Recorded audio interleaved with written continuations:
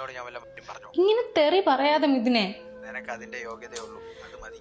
നിനക്ക് എന്തിന്റെ അഹങ്കാരം? ഇതിപ്പോ കൊറേ ആയി ഞാൻ കേട്ടോണ്ടിരിക്കുന്നു. കേക്കണം, നീയും കേക്കണം. ഇങ്ങനെ മൊണ്ണച്ചി വെച്ച് ജനിച്ചെങ്കിൽ ഇനിയും നീ കേൾക്കണം. ചൊല്ലിക്കൊടക്ക് ഞാൻ രണ്ടക്ഷരം എടുത്ത് വെച്ച് പടിയടി മൊണ്ണച്ചി.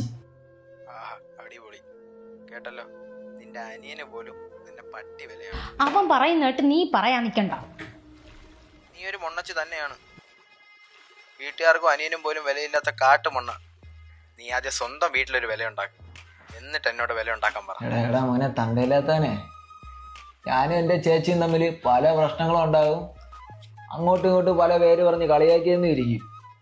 ഞങ്ങളെ രണ്ടാളും ഉണ്ണണതേ ഞങ്ങളെ തന്ത അധ്വാനിച്ചുണ്ടാക്കിക്കൊണ്ടുവന്ന ചോറ, അല്ല നിന്റെ തന്ത കൊണ്ടുവന്നിട്ടല്ല.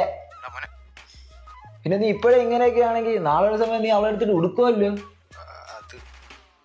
അതെ, എൻ്റെ ചേച്ചിനെ പറയുമ്പോൾ ഞാൻ ഉണ്ട്.